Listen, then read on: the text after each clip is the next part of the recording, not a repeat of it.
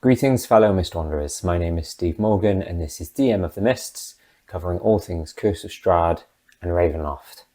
And for a laugh I nearly said, and Ghosts of Saltmarsh, because we'll be borrowing from that book a fair bit in this video, so honorary mention to that. I've done some of these videos now where I talk about how I ran a domain of Dread from Van Richten's Guide to Ravenloft and Ravenloft as a whole as part of my ongoing domain hopping campaign. I've previously covered the Carnival and Folkovnia. After this video we've got Demonlieu lined up, maybe Markover, I'm not sure if it's worth for a video, but we'll see. And eventually Valakan or Valachan, not sure of the pronunciation. I've seen some people say it one way, some people say it other, so now I really don't know. I'll stick with Valakan. Valakan is where my players are at the moment, so in a couple of months' time when they've wrapped up with that, we should be able to have a video on that as well. This will probably be quite a long one because they did 2 separate trips to the Sea of Sorrows and there's a lot I kind of crammed in there. Hopefully it won't be as long as my Folkovnia video, which was, I think it's like 74 minutes or something wild. But we'll see how it goes. I'm wearing my One Piece t-shirt for the occasion. Got this a few months ago. I've never seen the anime, but I really enjoyed the live action version on Netflix and I have a lot of friends who are fans of it. And my favourite video game of all time was on the Sega Dreamcast, an RPG called Skies of Arcadia, where you play as air pirates. And Final Fantasy XII as well had air pirates in it, so adding a seafaring and pirate element to a campaign was always something that excited me. So when it turned out we had an opportunity to go to the Sea of Sorrows, I was very excited. I'll give my usual disclaimer. This isn't an end-to-end adventure. For example, you see some videos and some guides say this will take you from level 1 to level 5. This isn't that. This is more of just like an ideas dump. This is basically everything I added into my campaign, which you may be able to borrow some, or you may be able to borrow all of it, but hopefully it kind of gives you some ideas and inspires you for when you run the Sea of Sorrows. My players were about level 12, 13 at the time, because we did Lost Mine of Fundel, but then Curse of Strahd. Curse of Strahd ends at level 10, and now we're doing this stuff after level 10. So they're slightly higher level, so bear that in mind as well. You may have to adapt some things if you're running it for a lower level party. Another disclaimer, and I should really say this in all my Ravenloft videos, this video assumes you have some knowledge of Ravenloft. Maybe you own Van Richten's Guide to Ravenloft. If you don't, hopefully, obviously it'll still be useful to you, but just a warning that sometimes I go off on tangents and I'll start talking about other domains of Dread or Ravenloft characters, such as Van Richten and the Weathermay Foxgrove twins. If you're watching this and you're like, who? Then either Google them, because there's some good wikis out there, but also you may have to dig into Van Richten's Guide to Ravenloft to learn, if you want to learn a bit more about those. So the nature of the Sea of Sorrows is quite an interesting one. It's mentioned in the other domains of Dread section. So whereas in Van Richten's Guide to Ravenloft you have, some domains have a few pages per domain, at the end of the book or near the end of the book after that you've got like basically lots of other domains listed. I call them major and minor domains, and the minor domains are just like a paragraph or 2 each. As things go, the information on the Sea of Sorrows is more generous than other minor domains. It's got a couple of paragraphs, it's got art of Pietra van Riese, and it mentions 5 possible islands that you can go to. And the nature of Sea of Sorrows is a bit of an unusual one as Ravenloft as a whole goes. Instead of it being one domain and one Dark Lord, it's essentially, the Sea of Sorrows is the domain as a whole, and the Dark Lord Pietra van Riese. But each of the islands is its own mini domain in its own right, with its own, I was going to say mini Dark Lord, makes it sound like the teeny tiny, but you get what I'm trying to say. Sort of like Dark Lords and mini pocket domains within a much larger domain. Let's talk about what this video contains spoilers for outside of Van Richten's Guide to Ravenloft. Ghosts of Saltmarsh is a big one. I borrowed a lot from that book, not necessarily the quests. I'll explain how I was going to fit quests into it later on, but more for the mechanics of the ships, and ship travel was handy. But I also borrowed the town of Saltmarsh and sort of fitted it to be the town of East Riding on the island of Ghastria. And I borrowed some of the NPCs as well. So if you are playing or wanting to play Ghosts of Saltmarsh at one point, you might not want to watch this video. Pains me to say that, because there's obviously potentially spoilers, because I borrowed some of the stuff from there. Hello, Steve here, audio only. While editing this video later on, I realised that I should have said that you should also check if your players have played or are wanting to play Ghosts of Saltmarsh as well. If they've played it and you've borrowed from it, then it may be samey and repetitive for them. And if they're wanting to play it and you use it as the Sea of Sorrows, then that might ruin the original experience of Ghosts of Saltmarsh for them. I thought I'd best mention this as well. Okay, back to the video. There's a minor spoiler for Curse of Strahd. To be honest with you, because these are Curse of Strahd and Ravenloft videos I put out, and people running a Ravenloft campaign are probably doing it as a sequel or in conjunction with Curse of Strahd, I feel a bit weird saying, oh, there's a spoiler for Curse of Strahd, because presumably, I imagine people watching this already know it, but an NPC from Curse of Strahd returns as a sort of minor villain at one point, so warning for that. And this might sound like an odd one, but Waterdeep Dungeon of the Mad Mage, there is 2 potential spoilers for that. There's a stat block I kind of borrowed from but tweaked, and there's potential art and token. And I bet you're thinking, what is a campaign that primarily exists in like underground dungeons got to do with a seafaring campaign? If you know, you know. If you know the bit I'm talking about, and it'll become clear later, there's potential very minor spoilers for that. So the Sea of Sorrows in 5th edition is, in addition to the brief information in Van Richten's Guide to Ravenloft, compared to the older lore, it's a bit iffy, and I had to ask some questions I remember asking some questions on the Ravenloft subreddit to just clarify and understand it. There are originally 2 seas. There's the Sea of Sorrows on one side of old school Ravenloft had what was called the core. It was like a big continent of domains, and it had a sea to the west and a sea to the east. The sea on the one side was the Sea of Sorrows, the other sea was the Nocturnal Sea. So what they've done in Van Richten's Guide, I think, is essentially they've combined, or they've taken some of the stuff in the Nocturnal Sea, put it in the Sea of Sorrows and said, there's just the one sea. So I think they've essentially merged the 2 and just called it the Sea of Sorrows. The Lighthouse and the Isle of Ravens, I think, were Nocturnal Sea. They are now in the Sea of Sorrows. It's kind of melded the 2.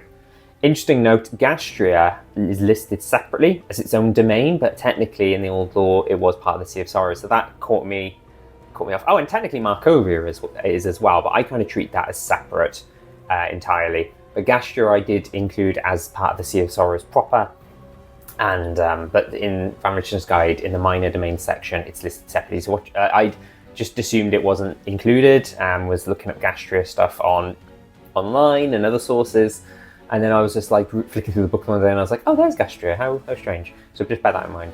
For the map, what I did was, and if you watch my Luba to Opera of Souls video recently, which is about a magic item that I gave my players, I used the core map from the older editions of Ravenloft. There's a great one somebody did and posted on Reddit, where it's kind of like a modern day version, or their version for it for 5e.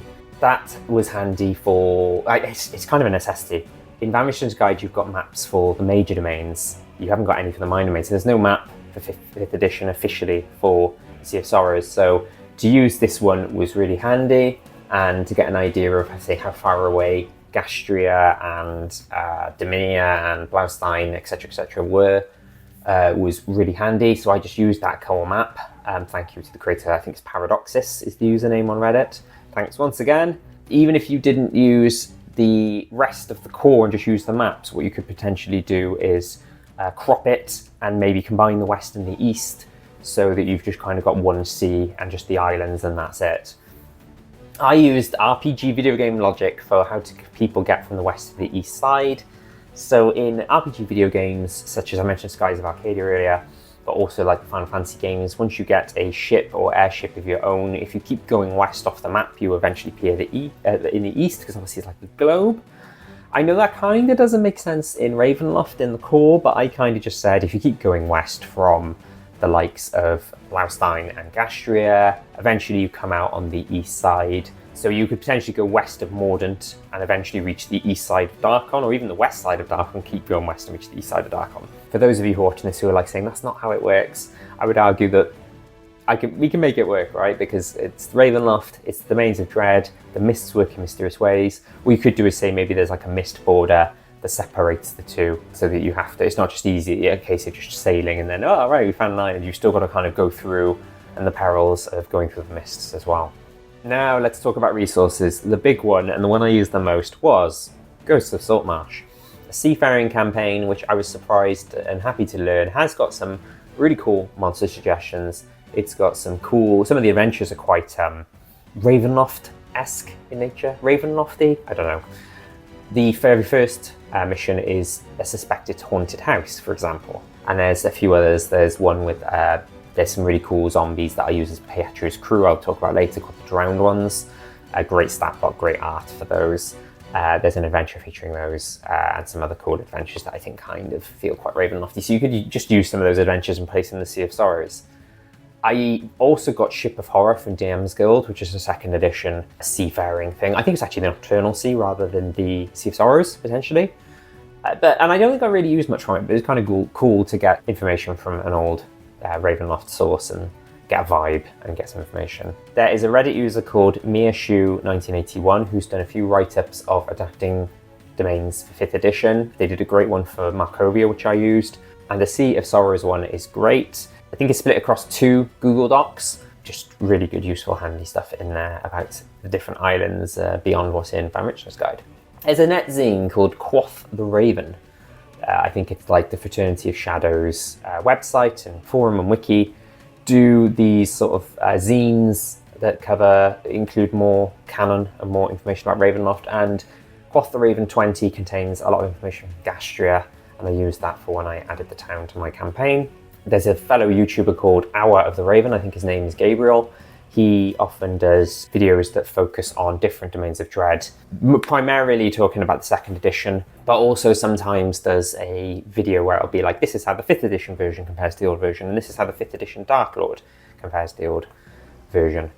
And he's done pretty much he's done a lot of the different Sea of Sorrows islands. I'm pretty sure he's done Blaustein, Ghastria, and Diminia as a minimum, and I'm sure there's more beyond that. For maps, I tend to borrow from quite a few different map makers, and as I go through the rest of this video, I'll say, I use this map for this thing, and provide a link in the description. But I'd like to give a special honorary shout out to a map maker called Limithron. Limithron does a lot of seafaring maps, and I think most of the maps I used were from them. And they also do ships as well. They do lots of different kinds of ships and different styles and different designs. And what you find, the Ghosts of Saltmarsh subreddit also has a lot of people who upload maps. If you just type in like ship in their search. But like the good thing is, whether it's Limithron or like the people on the subreddit, what they often do is it'll be a transparent token. So it'll be a token you can place onto you can have one map, at the bottom layer can be sea, and then upper layer can be ships, and then you can potentially like move the ships around and stuff like that, which is really good. And in addition to Limithron has some sea map assets where you can have a sea and then add islands or add flotsam and stuff like that. 2 Minute Tabletop had some as well. So I think probably a lot of people watching this are familiar with 2 Minute Tabletop, and I've come across them quite a lot. Let's talk about music. So the whole introduction of this video, I've been playing a song called Pirates. That is from Tabletop Audio. I almost always exclusively recommend Tabletop Audio in my videos. I came across them because they are the default music in Roll20, or one of the default music options. He has a Patreon, but through his own website, tabletopaudio.com, he has free versions of songs that are usually both music and ambience. But if you want just like a music-only version or ambience-only version, or there's other versions as well, there's variants that he does, you can sign up to his Patreon. I almost always use music-only versions, and for the purposes of the video, I'll use the music-only versions, just because otherwise it's a bit like too much background noise. But the Pirates one that I've been playing, there's sounds of like people going "arr" and fighting and stuff, and cannons and stuff like that, which is cool. For ship travel, I used a great song that came out around the time I was running CSR, so that was good luck, called Voyage Begins. The original has the sounds of people busy working in the docks. I prefer using the version where, one of the alternate versions he has where it's called the Underway version, where it's just the music with the sound of the ships, the sound of the waves beneath the ship. So that worked perfectly. Pirates, which is the song I played earlier, was the main combat theme. For Pietra's theme, I had two themes. When there was no combat, I used Drowned Sailors, and that was kind of like this kind of spooky music, creepy, weird music. And then her actual theme music for like if in a battle and they fought her twice was High Seas Pursuit, which I just thought was perfect.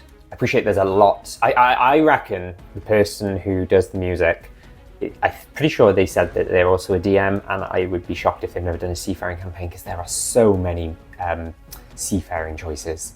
So I'm going to, just while this music plays, do text boxes that appear over here for these are possible options for combat. These are possible options for towns and islands. I'll put more information in the description. For example, one of these I used for Ghastria, another one I used for Blaustein, and I'll say which ones and things like that. And I use these ones for dungeons or underwater, or both if it was like an underwater dungeon. There are so many others that I probably haven't covered here. So either I'll see if I can add some more to the description, or just have a play around yourself in Tabletop Audio's website. And what I did with the full Kovnir is I kind of talked about it and gave a few examples like I did just now. But what I will do is throughout the video, I will use some of the music, and you'll see like a now playing thing, and you can hear that as we go through it.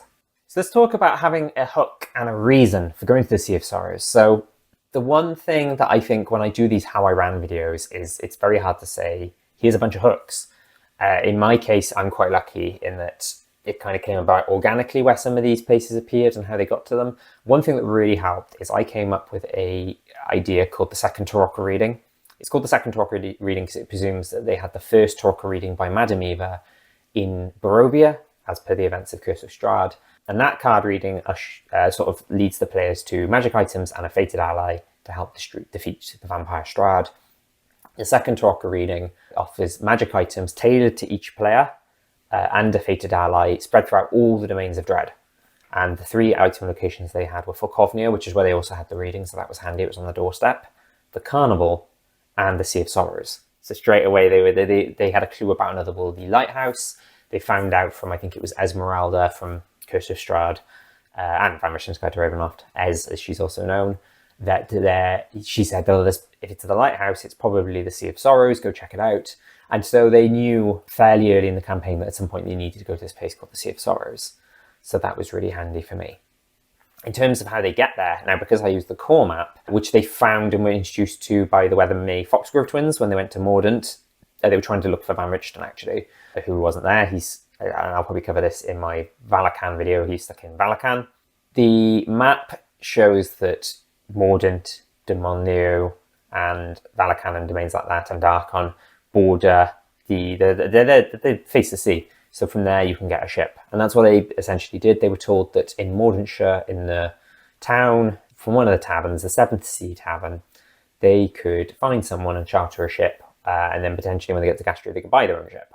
The person who chartered the ship was called Captain Zendros, who is repurposed from Ghost of Saltmarsh. She's actually a magic item seller in Ghost of Saltmarsh. And what I did is originally she's their charters. They charter the ship from her, and she takes them to Ghastria, or tries to, as I'll get to in a minute, in her teeny tiny keelboat.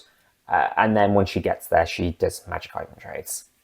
The very first encounter they had on their way to Ghastria was Sahuagin, who were the sort of like fish-type creatures. I think they're quite sort of popular and common in a lot of sort of seafaring and coastal campaigns. There's quite a few versions. There's like a priestess version, a champion version. There's a few more as well, but I just used a couple, small handful. They all kind of climb on the ship and start attacking. And halfway through the battle, one of them shouts something in their language, and they all start freaking out and diving off the ship. And they're like, oh, they're retreating, what's going on? And the reason they're retreating is out of the water emerges a kraken. And the very first thing I threw at my players beyond the Sahuagin was a kraken. I kind of have, looking back on this, I kind of have regrets. It was a little bit railroady. It was pretty much an unwinnable encounter that inevitably was going to destroy their ship. Within a couple of rounds, the ship was destroyed and they were just floating in the sea, which, on one hand feels very railroady, and I didn't like doing that as a DM, but on the other hand, that's very Ravenloft that they're now stuck in the middle of the sea, like, oh, help. So, to each their own. I just had to include a kraken. And I wanted to kind of be a thing that sets up where later on they might try and hunt the kraken and find the kraken. So having the kraken appear and then disappear. It got weakened by the players. I talk about this in the Loopers Tarokka of Souls video, where they use that magic item has the ability to impose disadvantage on people. So because it was disadvantaged after destroying the ship, it just retreated. I thought, oh gosh, they're going to have to swim the rest of the way to Ghastria, but I remembered that when they did the Amber Temple in Barovia in the Curse of Strahd, they managed to acquire a robe of useful items, and one of the patches is a rowboat. So they were able to just make this rowboat magically appear. One of the players had a ring of swimming. One of them had the spell Alter Self and made themselves aquatic. One of them could fly. So they weren't too caught out, really, to be honest with you. They were heading then towards Ghastria, and they did a few rolls to determine whether another random encounter would happen, and it did. and they got picked up by a pirate ship. And the pirates at first seemed very concerned, but as soon as they got them on the ship, they put their cutlasses and their scimitars to their necks and said, "You've been captured." One thing I was really interested about this, and again, it felt a bit railroady, saying, you've been captured because you had no choice but to be picked up by these pirates because your ship got destroyed, is I have 2 players, and I expected both of them to be captured. But one of them has Were-Raven lycanthropy. They got it from the Martikovs in Curse of Strahd, and just disguised themselves as a raven and rolled high enough stealth that they were able to not be detected and just kind of perch on the ship. So only one of my players and the NPCs got captured. And this was really interesting for the thing that happened next. When the captured PC is taken to the captain of the ship, he's got a bag over his head. And I don't know what he must have been expecting, but he probably wasn't expecting to hear beautiful harp music. And the person's lamenting, saying how they are their own vampire now. They used to be the spawn of another vampire, didn't get enough attention, constantly neglected. And then he's like, "Let me take a good look at you." And he goes, "Oh, for goodness sake, it's you. You're the guys who killed Strahd." And he pulls the hood up off his head. And it turns out it's Escher, one of Strahd's consorts. This is the spoiler I talked about earlier, the minor spoiler in Curse of Strahd. Escher survived the events of Curse of Strahd. One of the brides had already been killed before the final battle, and the other 2 were brought into the final battle. And I love the whole thing about how it's indicated that Escher feels like the neglected one. And I love the idea that he doesn't join in the final battle because he's essentially just forgotten about by Strahd. And I think in the epilogue of Curse of Strahd, it says that if Escher survives, he tries to go to his own domain and become his own, make a name for himself and become his own sort of villain in his own right. So it was like a perfect opportunity to say after Strahd was defeated, he left Barovia and went to the Sea of Sorrows. Oh, I meant to mention earlier as well, for the map of the ship, I used this Vampirate ship, see what they did there, by Limithron. More recently, in just the last few days actually, there's a map designer called Silver Compass Maps, who's done a vampire ship and a few other versions as well. I'll show the picture here. I really liked the Limithron Vampirate ship map, but it was more layers and more to it than I needed. I essentially just needed a few rooms. So doing it again, I probably use the Silver Compass Maps one because that just looks really cool. Escher imprisoned the PC and the NPCs, and the PC, who was disguised as a raven, managed to sort of sneak in and check they were okay. They were left unguarded, just right in the bottom of the ship. And then the next morning, after a long ship ride somewhere, they're taken to some small chain of islands near Dominia, which is shown on the core map. And Escher says, "Right, I have a quest for you. There's a dungeon I want to go into, but I think it's dangerous for me to go alone. I don't want to sacrifice any of my crew. So I'm going to have you, PC, and you get to choose one NPC to come with us. And the others are like, you do any funny business and we'll kill them. And we are looking for a gem that supposedly grants immunity to sunlight." Now, I don't think such a thing actually exists as a magic item in 5th edition D&D, unless I homebrewed it. I actually got the idea from Buffy the Vampire Slayer and Angel. Spoilers for this, for anyone who's interested in those shows, is one of the vampires comes across, I think it's a ring that grants immunity to sunlight, and it gets into the hands of an evil vampire, because there's some good vampires in Buffy. And he's able to go out in the sunlight in like Los Angeles or wherever it's set and not be affected by the sun. And I was like, that sounds like a cool thing Escher would supposedly want to go after. So they choose which NPC I like to go with.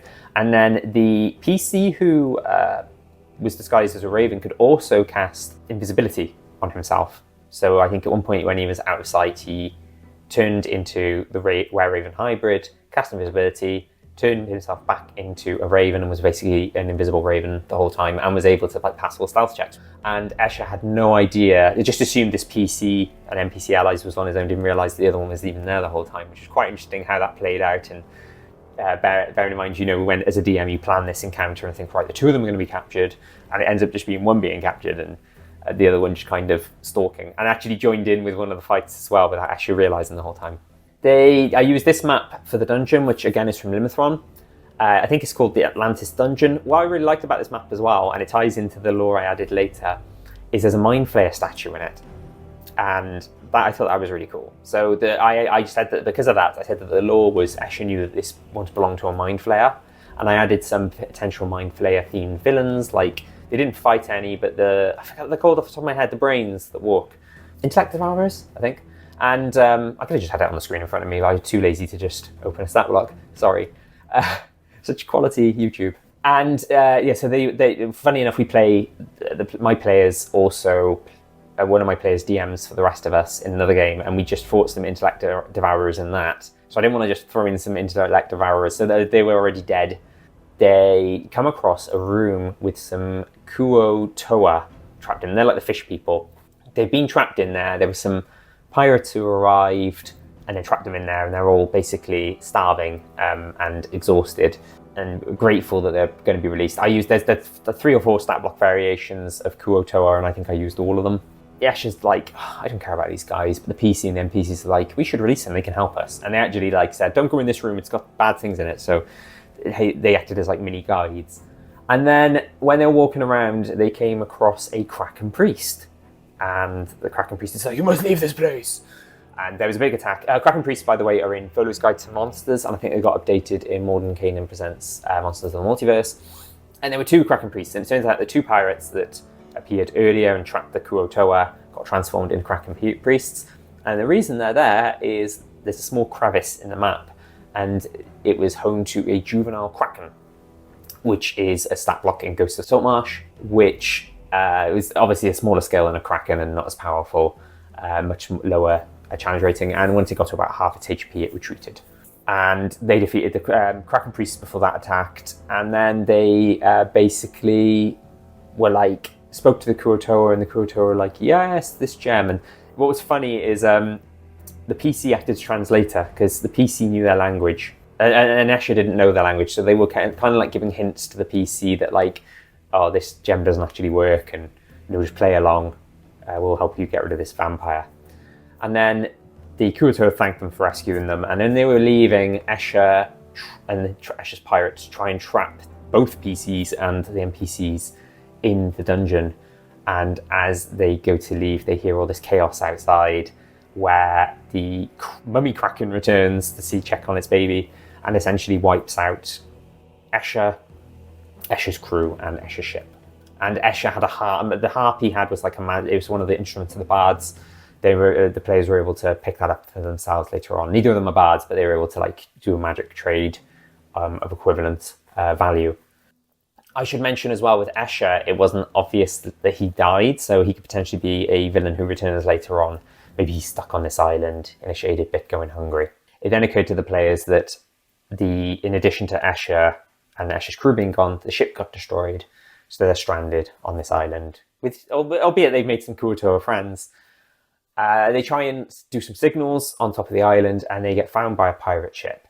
And the pirate is actually known to one of the PCs. It's from his PC backstory. So my wizard PC, his backstory is that he had multiple ex-wives. One of them was a pirate, a retired pirate actually, and worked with is a sea orc who was a sorcerer. I found a custom homebrew stat block on D&D Beyond that someone made and kind of adapted that. And I think it might have been a character that she played at one point. Not too sure. The story that we kind of agreed on in the end was that this NPC, this ex-wife, quit piracy was kind of encouraged to quit piracy and opened a seafaring shop in Waterdeep, but it was failing miserably. Was offered a one-off job to charter a ship and took it out of desperation, and then that ship got misted away into the Sea of Sorrows, and then she found a new love of piracy in the Sea of Sorrows and kind of rediscovered her talent. She mentioned to the PC, I'm remarried now. It's a pirate who lives on Blaustein. Maybe we should go see him. They decide to go to Blaustein and then Ghastria after that. So Blaustein I adapted. I know it's Bluebeard, and he's got a dead spectral all of his wives were killed. I adapted it to Purplebeard, and I've actually tied it into that dungeon with the Kuo Toa. He is a mind flayer who doesn't realise he's a mind flayer. I didn't work out all the details in the end, but my plan was that he was a mind flayer who absolutely hated humans with a passion, and his curse was he's stuck on Blaustein, which I probably should change the name of because Blau is blue in German. But anyway, he's stuck on Blaustein, but transformed into a human, not realising he's actually a mind flayer, and basically all of his crew is human, and that's kind of the sort of torture going through. I kind of played it, a spoiler for the movie Stardust, based on the Neil Gaiman novel. Robert De Niro plays an amazing role where he plays this really tough, scary pirate. he's actually not a tough, scary pirate at all. He's actually a lovely man. And a similar sort of thing with Purplebeard, where he acts really tough and brave and scary in front of his crew, but actually he would love to just settle down in his library, in his keep, which none of his crew are allowed to go into, and just read books. He's a bit of an intellectual and not really like a scary pirate. And he's not really into piracy anyway, because he can't even leave the island. If he got transformed into a mind flayer at any point, which didn't happen in the end, I was going to use the token and the art of, there's a mind flayer pirate in Waterdeep Dungeon of the Mad Mage. There's like some Spelljammer ship, one of the mind flayer ones, that's like stuck on one of the lower levels. So I was potentially going to use that. From there, they went to Ghastria. I used this map for Ghastria, which I just thought was amazing and had loads of great detail on it. My players were like looking at all the different mini island names all around it, and were like, this looks so cool. And they went to East riding on there. So for Ghastria, I borrowed from the old lore that it's very sort of, the monsters are mostly ghasts and ghouls on the island, but I had it to kind of steer clear from the town. The town's kind of a safe place. I'd used the whole thing from the old lore where if food is grown on the island, it tastes bland. So a lot of people import food, and a lot of the food is brought from and even if you fish just off the coast of Ghastria, the fish tastes weird, but if you go the other side of the thin mist border, then you can get some nice tasting fish. So they try and import as much food from outside of Ghastria as they can. I had it that the Dark Lord of Ghastria was dormant at the time, so it was kind of like an open domain. People can come and go. I might introduce the Dark Lord at a later stage. I'll talk about that more at the end of the video. For the East Riding map, I used one from Limithron that's based on Nassau. I turned it on its side as well to kind of match how the position of it. It's like east facing in terms of the coast and stuff. I used Saltmarsh as a base. So I basically looked at all the Saltmarsh, looked at all the different buildings have different purposes, and assigned the different buildings to the different buildings on that map. And I renamed the taverns from the old lore as well. So if you look at the Ghastria lore from the Quoth the Raven zine, the inns and taverns are called the Dark Hart, the Gold Wolf, and just renamed some of the buildings accordingly to that, rather than using the Saltmarsh names. In the taverns, I added a quest and bounty board, which I thought was quite cool. The quests were from Ghosts of Saltmarsh, so the first one was a haunted house. Just before going to the Sea of Sorrows, they did the House of Lament while they were in Mordant. So I was not really wanting to spring another haunted house on them straight away, unless they wanted to do it. And then there was one that was investigate the old abbey on the island. I think that's the third or fourth adventure in Ghosts of Saltmarsh. And one of them was something about a Sahuagin base. It's lizard folk. Because then that's one where there's, in Ghosts of Saltmarsh, there's this whole thing about the lizard folk are gearing up for a war against the Sahuagin and trying to make alliances and stuff. And I was going to have it that there's a Sahuagin lair somewhere in Ghosts of Saltmarsh and kind of adapt that.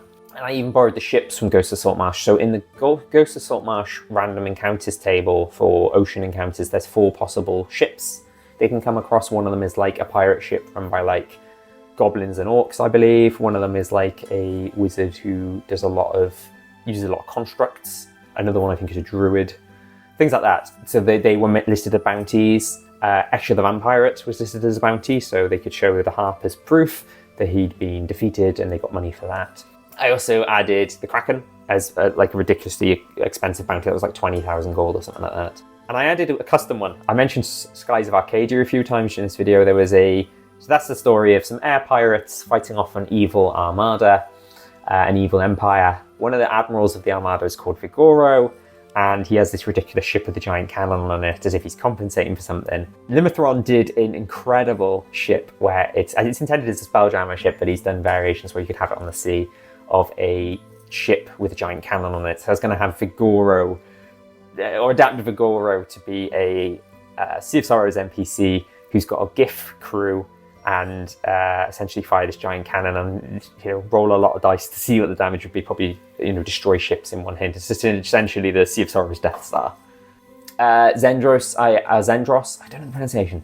I added a magic item seller as per Ghosts of Saltmarsh. There's got information in there about how often her items change and what kinds of items she has. It's using the tables from Dungeon Master's Guide. I also used the council from Ghosts of Saltmarsh. I removed the loyalties. Some Ghosts of Saltmarsh has this whole thing about how some of them want different things for the island. So I just removed all that because I thought it was too complicated, especially for given the circumstances. But there's some great art on Ghosts of Saltmarsh subreddit that someone shared of the 5 members of the council. So I added the 5 members of the council and kind of still borrowed bits of them. So you've got the sort of tough old, I think he's like an old general or something, and gladiator stat block. There's the one who's quite uppity. There's one who's quite sweary. There's one who is in charge of all the, I had it that there's like a dwarven mining guild or something like that, and there's a bunch of dwarves trying to mine on Ghastria. She's in charge of them. And there's one who's kind of like young and quite naive. His mum was on the council but died, and he's taken the spot, so he's kind of learning the ropes. And I haven't added this yet, but in Ghost of Saltmarsh, he's got a butler who's actually an assassin, which the backstory for that sounds really cool, and he's got evil schemes planned. I might still add that at some point if they ever return to the Sea of Sorrows, because they're not there at the moment. They kept using the ship belonging to the ex-wife.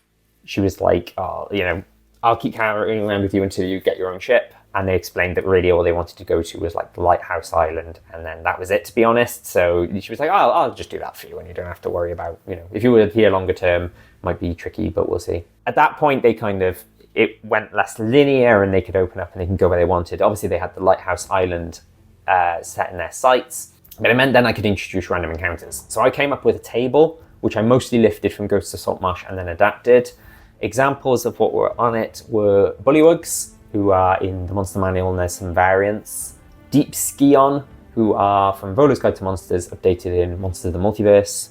Colinth, I think they're called, from Ghosts of Saltmarsh. They look pretty cool, but they look very similar to Sahuagin. More Sahuagin, because I only use like 2 or 3 different variations, and there's like 10 different Sahuagin stat blocks, which is pretty cool. Sea Hags, which didn't come in across this, but it was a possibility. Sea Serpents, which are from Fizban's Treasury of Dragons. They did actually encounter a sea serpent later on. Sea Spawn, they did encounter some sea spawn. They're from Volo's Guide to Monsters, updated in Monsters of the Multiverse. My regret with the random encounters table, it was a blessing and a curse, because nobody wants to have too many random encounters, right? But either I didn't do frequency enough, or my players constantly rolled below. I did what a lot of the campaigns do that say if you get higher than a 15 on the D20, an encounter appears. They just miraculously always rolled below a 15 until like right before they were going to fight Pietra the second time, where I think I rolled like 4 in a row, and I'm like, I'm not going to do 4 random encounters on this short stretch. So they just really unlucky at that point, rolling like 18, 19, 20 the whole time. It might have been 18 and higher on the D20 actually. So if I were to do it again, I'd probably increase the rate of the random encounters, because they didn't encounter that many on their various journeys, and it probably made the Sea of Sorrows a little less scary than it could have been, which is a shame. They went to Lighthouse Island, which in the old lore was in Nocturnal Sea, and it's called L'Île de la Tempête, assuming my French pronunciation is solid there. In a lot of these videos, I'm like, I don't know how to pronounce this, I don't know how to pronounce that, but I did actually learn French in school, so that's probably the one thing I can pronounce. That translates to Storm Island, and the map, I used obviously the core map for the island as a whole, and I said they could only dock on the south side and had to walk along the island. I didn't bother including any random encounters on the island. It's only a short walk, and just said it's a very barren, grim looking island.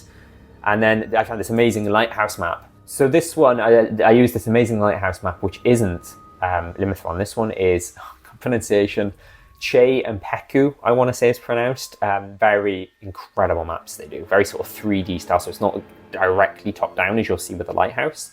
There's they do lots of different versions, and I used one where there's no boats, and it's just daytime, and it looks really grim in the daytime and nighttime as well. They get there, and the people who made the maps also made like internal maps. So the idea was what they were looking for through the second drop reading was they thought it was going to be a Holy Avenger, but I changed it to a Vorpal Sword, because the Paladin started taking some levels in Warlock. I thought it was more fitting, more cool. So the idea was that they go in, and there is the treasure just inside the doorway essentially, and I think they fought some bats or some skeletons when they first went in there. And then at a higher level of the lighthouse was the Dark Lord of the Lighthouse Island, who's called Captain Alan Monette.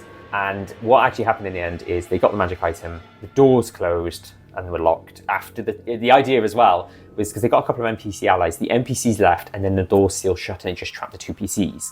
Because a lot of the enemies they were fighting were bat themed, and giant bats, swarms of bats aren't very strong. So I like the idea of them just being the 2 of them But they used Dimension Door to leave, and it was really funny that this villain was like, haha, you are trapped, there is no way out. And then they used Dimension Door straight outside. But what I did then, as they were crossing the bridge on the map to go back, all these hundreds of bats fly and land and kind of cover the bridge or block both ends of the bridge. And one of the bats transforms into a were-bat hybrid, who is Adam Manette. The stat block was quite a funny one to do for him because there is actually a were-bat stat block in Waterdeep Dungeon of the Mad Mage, but it's weak. It's only challenge rating 2. But what I did is I combined two things. So I used that stat block as a base and had the things that it can do. But I also found in Van Richten's Encyclopedia Volume 1, which is available on DM's Guild, they borrow a lot from the old lore, and then they create stat blocks for every Dark Lord in 5th edition. And their stat block suggestion for him was pretty good. So the stat block was really good in that it had like quite a lot of different actions and legendary actions it can do. It's quite fitting sort of boss kind of material. I like the idea that you could do Tidal Wave as a sort of innate ability, not a spell, as a legendary action. So that ended up probably being what affected the players the most. And I flavoured it that the water from the sea splashed onto the bridge and sort of hit the players and the PCs and the NPCs, which I thought was really cool.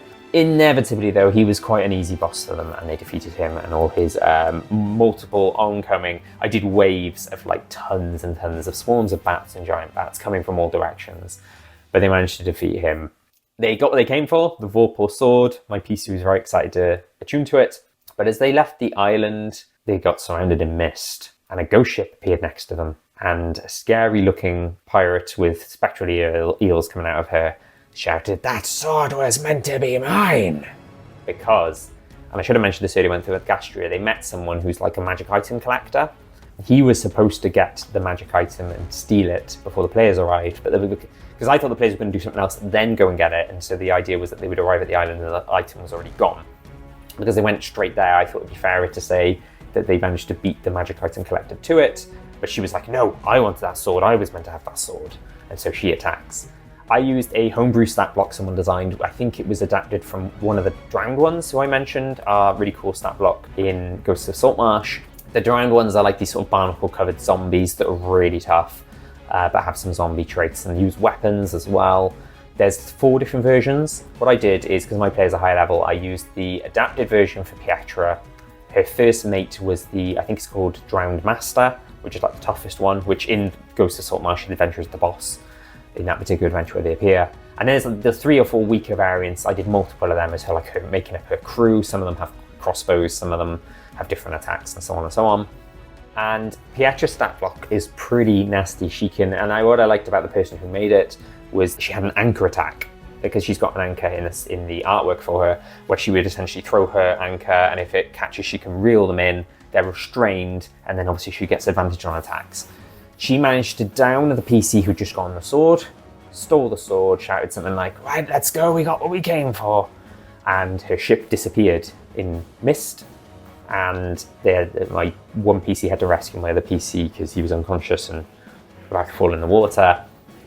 And Pietra laughs and says, "See you soon, but hopefully not too soon." And she sends them off course to Naranjam. And that concluded the end of their first visit to the Sea of Sorrows. They then did Naranjam, which we did in a few sessions. That was a lot of fun. They then did Demoniu, because they had a business there to take care of. They returned to Volkovnia for a bit to just check on. They defeated Vladeska, and they were pretty sure that she was responsible for the zombie sieges, but they waited until the next zombie siege was going to happen. And then they realised there was no zombie siege, hooray. And the carnival parked itself outside Lakar. So they then quickly appeared, went to the carnival. They went back to Mordant, and then from Mordant they went back to the Sea of Sorrows.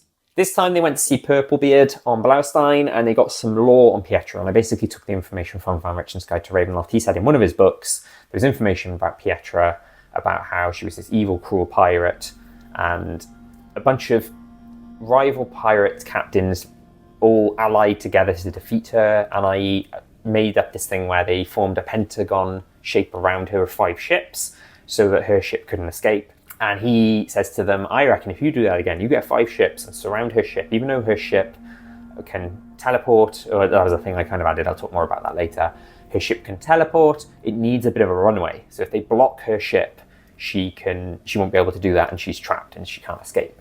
I had it as well that the nature of her curse, the dark powers giving ironic curses to the Dark Lords of the Domains of Dread, was she can roam the Sea of Sorrows, but she can't dock on any of the islands. So she can't go to Blaustein, she can't go to East Riding.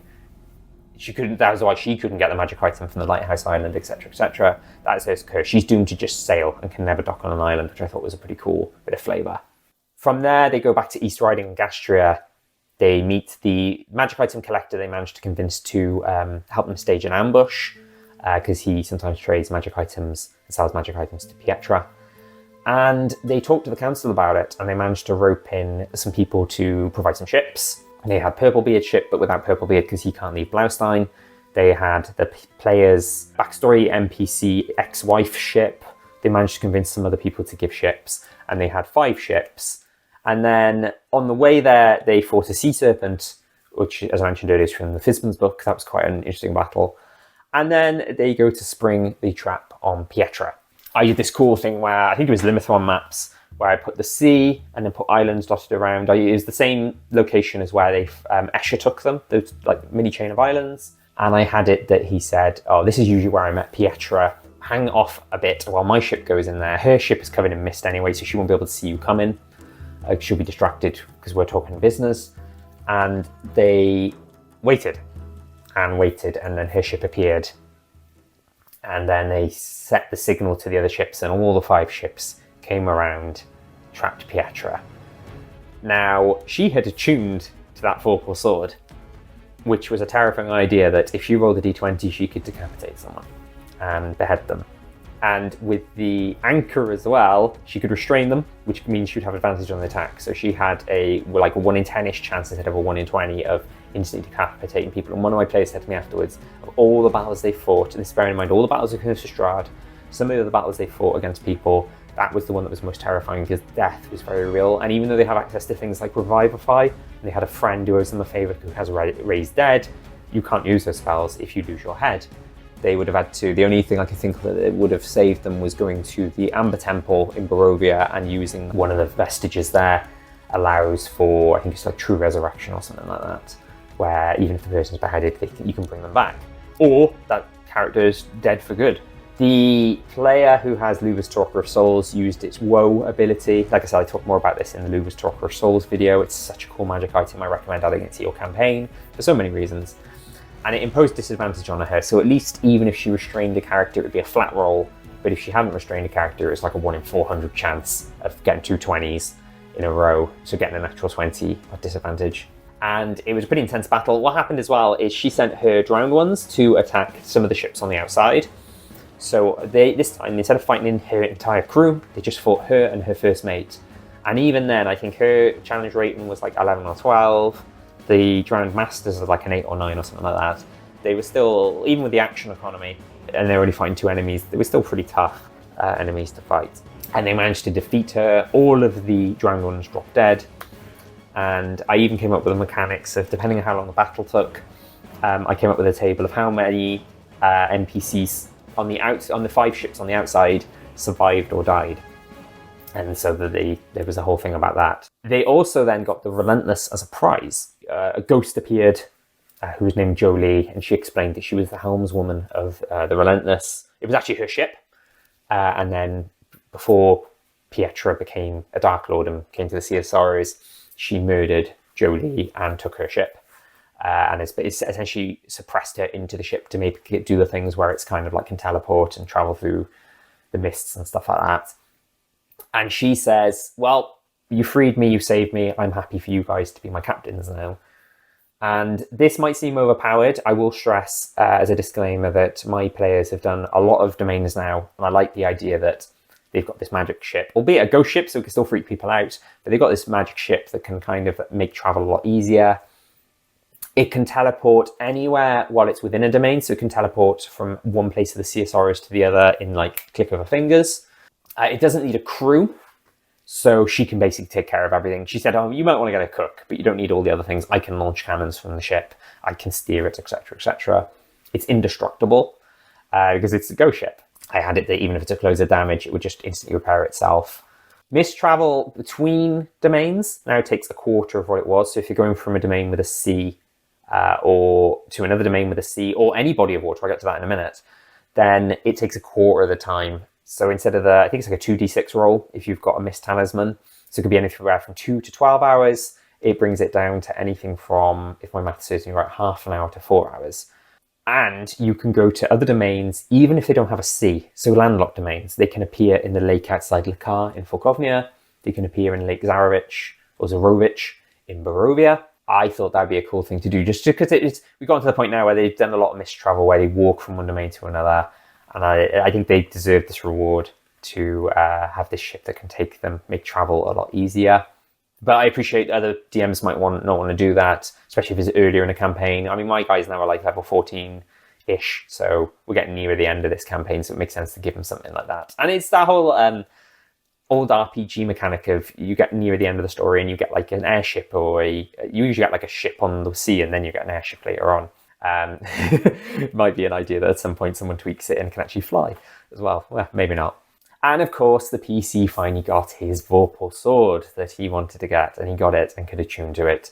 And the Vorpal sword is cursed in the sense that it's got links to Ebonbane in the Shadowlands, and it basically wants the Paladin/Warlock to free Ebonbane, so that's going to be something they come to at some point. They know of the Shadowlands, they're trying to find a way to get there, and I might do a video of the Shadowlands if I end up doing that. I'm thinking of reintroducing Janda Sunstar, who they met in Demonlieu, potentially adding Savra Sunstar, his daughter, in the 5th edition lore. And they also met Gondogal in Folkovnia previously, and Gondogal, I believe, is in the Shadowlands as well. So quite a few links and hooks there for going to that place. And that was the Sea of Sorrows. I have plans for if they return there, the following could happen. So perhaps Marquis Stezan, how the hell do you pronounce this? Stezan de Palano awakens in Ghastria. And I had an idea. I can't remember his name, but he's got some sort of like main lieutenant or goon or something who goes to Ghastria and, you know, is possibly like a shadow ghast, which is like a high level ghoul or ghast, and start terrorizing the town. He awakens, so the Marquis awakens, closes the borders, and then the players have to go to his mansion, his manor house, and find out what's going on and defeat him. That could happen. Blaustein, I had an idea that Purplebeard could awaken and become a mind flayer. So with the Kurotoa, there was 4 originally in that dungeon, and then I think only 2 or 3 survived, and then there's only 1 left, and he escapes because he's bored. I should have mentioned as well, the Kurotoa are waiting for this mind flayer to eventually return. The mind flayer was there centuries ago. Oh, and another thing I should have said as well, sorry, keep going off on tangents. The idea was that Purplebeard was a mind flayer in Bluetspur who managed to escape. So that's the reason there's just this random mind flayer in the Sea of Sorrows. I talk more about Purplebeard as a mind flayer in the in 2 Reddit posts, one where I talk about the idea of adapting Bluebeard into Purplebeard, and one where I talk about how a mind flayer arcanist on the surface doesn't seem like a very Ravenloft monster, but some of the stuff it can do is actually pretty terrifying. So there's a cool thing. I'll include some links in the description. But essentially, this surviving Kurotoa, sees Purplebeard in his human form, recognizes him immediately. It's like, "You're here! I found you!" and says something that like triggers Purplebeard's transformation. And I wasn't sure if it was something that happens with the PCs are there, or maybe off screen. So the PCs go to Blaustein just expecting to see him, and they find, you know, Purplebeard's crew dead, and the Kurotoa, and then they've got to fight this. Unfortunately, fight their friend who's now actually a mind flayer, and defeat him, which would be quite sad. Another thing is, did Escher survive the events of the Kraken attack? There's a potential to reintroduce him. Maybe he's just hiding out on the island. Maybe a ship stops, rescues him. He kills people on the ship and takes their ship and goes somewhere else. Who knows? It wasn't obvious that he died, so there's potential to reintroduce him. Do they find Mother Luba? So in my Luba Tarocca of Souls video, I talk about how because she's missing in the lore, you can that's quite open-ended what you can do with her. I had it that she's no memory of her past self as a halfling Vistana seer. She's stuck on an island, living her best halfling life, just doing some fishing, taking some naps, trying to grow a garden, despite it being a desert island. There's not actually a desert island because it's the top of the shell of an ancient dragon turtle. wild stuff I've come up with. And they have yet to find her. And I've got this idea at the moment where the ship moves and some of the allies stayed behind, some of the NPC allies stayed behind in the Sea of Sorrows when my PCs moved on. And I'm rolling a D100 roll daily. And if they get a 0, people find Mother Luba's island, and then they can potentially report back to the PCs, maybe send a Were-Raven or send a Vistana to send a message saying, we found Mother Luba, which would be quite cool. Maybe there's more random encounters and more ship battles when they return. I was kind of gutted we didn't trigger any of the ship battles that I mentioned in Ghosts of Saltmarsh, the ones I mentioned earlier, or they bump into Vigoro. Be quite cool. Another idea they have is they want to come back and tackle the Kraken. Potentially they fight the Kraken and the juvenile Kraken together, or maybe the juvenile Kraken's grown up and there's 2 Krakens. That'd be pretty wild. And they have plans to amass a small army of ships to do that, so that'd be quite cool. There's other islands as well. So they saw Dominia. They were told about Dominia and said, oh, there's some sort of scientist who lives on there kind of thing, but they didn't take it any further. And my Were-Raven PC was interested in the Isle of Ravens as well, and wondered if it was like some sort of connection to the Were-Ravens, so they might go back and do that. And then the last idea I had was that 2 of the NPCs they introduced, one that kind of came with them from their previous adventures, a water genasi who they rescued in Fort Covnia, and Captain Zendros fall in love, and they just before they trigger the end game and go to Darkon to take on Darkless Rex, who later on, I won't explain it all here, but it's essentially Aslan and Rex returns to Darkon. Before they do that, and they go back to travel to Darkon with Ferran Zalhonen to fight Darkless Rex, somebody says to them, you can't do that yet, you've got a wedding to go to.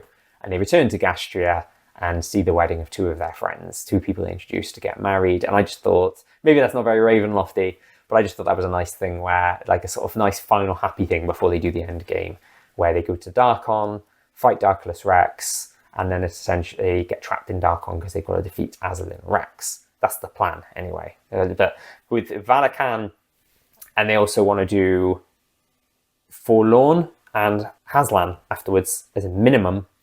This is probably a good year or 2 away, but they don't mind and I don't mind because we're having a way over time. So thank you very much for watching. If you're running a Sea of Sorrows campaign, I hope this is useful. If you run a Sea of Sorrows campaign or added it to your campaign or done it as a one-shot or what have you, or done some of the islands, please let me know. I'd love to know what you did and how you did it. Feel free to leave a comment on here on YouTube. The next videos I'm likely to do a Ravenloft themed, as I mentioned. Demonliu is very likely to be the next one. I want to do a video about Jan the Sunstar as an NPC because I absolutely love him. He's one of my favourite Ravenloft NPCs, and talk about him and how I've added in my campaign. So he appeared in Demonliu, and he may, as I said, reappear in the Shadowlands. And yes, and I also do Curse of Strahd videos for anyone you know, or if you're doing Curse of Strahd at the moment or thinking of doing Curse of Strahd and then Ravenloft videos, they may be useful to you as well. At one point, I mentioned the second Tarokka reading. Sorry for those of you who've seen multiple of my videos now, I mention this pretty much every time, but it does tie into the video. Like I said, it was the hook for how they went to the Sea of Sorrows in the first place. If you are thinking of running a Ravenloft domain hopping campaign, it's a good way to get your players to willingly want to explore different domains. As I said, when I ran it, it led my players to magic items in the Sea of Sorrows, Fort Covnia and the Carnival. And they also were told, they found out about the ally who was Jennifer Weathermay Foxgrove, and they found out from somebody that she was in Mordant, or likely to be in Mordant. So they, it kind of gave them a few places to think, right, we got to go here, we got to go here and here and here, which is really cool. And some of the domains they went to, and they were able to kind of treat it as a pit stop and then move on. Some of them they got trapped in. So it's good fun to introduce that, and it kind of gives a bit of domain, it's a bit of direction and a bit of purpose to a domain hopping campaign. I think for me, the biggest struggle was thinking, right, when I did it, they'd done Barovia, so they did Curse of Strahd and Barovia, they did Fort Covnia, and then I was like, how do I lead them to other places? Well, there you could just return home. One of the players was from Fort Covnia, one of the PCs, and the other one was from the Sword Coast, and there was nothing stopping them after Fort Covnia being like, right, let's just go home to the Sword Coast. But then they knew about going to the Sea of Sorrows and Mordant and the Carnival, so introduced other places. And then the more places they went to, they learned about Haslan and Forlorn and things like that, and they basically want to go everywhere, which is good fun. But yes, it's available, DM's Guild, pay what you want, so you can get it for free if you want. It's value $10. In the future, I might take it off, pay what you want, and just have it as a set $10. So if you do want to grab it, if you're watching this video not long after it's come out and you do want to grab it for free or for less than $10, then now is the time to do it. I came up with 120 clues. including all the domains, major and minor, in Vanquishing's Guide to Ravenloft. So, and because there's only 40 low deck cards, that's 3 clues per card. There was also 3 clues per card for the ally choices. So I had to come up with, there's 14 cards for that. I came up with 50, what's the maths there? 52 ally choices? 42, I got it wrong. That's it from me. Like I said, if you want to find out more about me covering off Damonio, Valakan, potentially Markovia, talking about Jander Sunstar, talking about other Ravenloft videos in the future, please consider subscribing. And see you at the next one. Thank you, Miss Wanderers.